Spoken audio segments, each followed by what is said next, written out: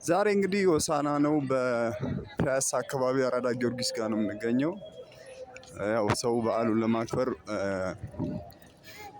እንደምትመለከቱት የተንቀሳቀሰ ነው ያለው። ያው 2 ሰዓት ከ20 ምናምን አካባቢ ነው የደረስነው እዚህ እንትኑ ጋር ጊዮርጊስ ቤተክርስቲያን።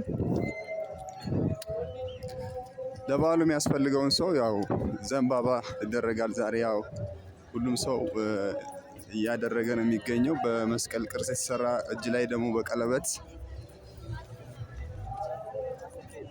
እንኳን አደረሳችሁ ለማለት እንፈልጋለን። እምነት ሰሚ ነው አካሉ ነኝ።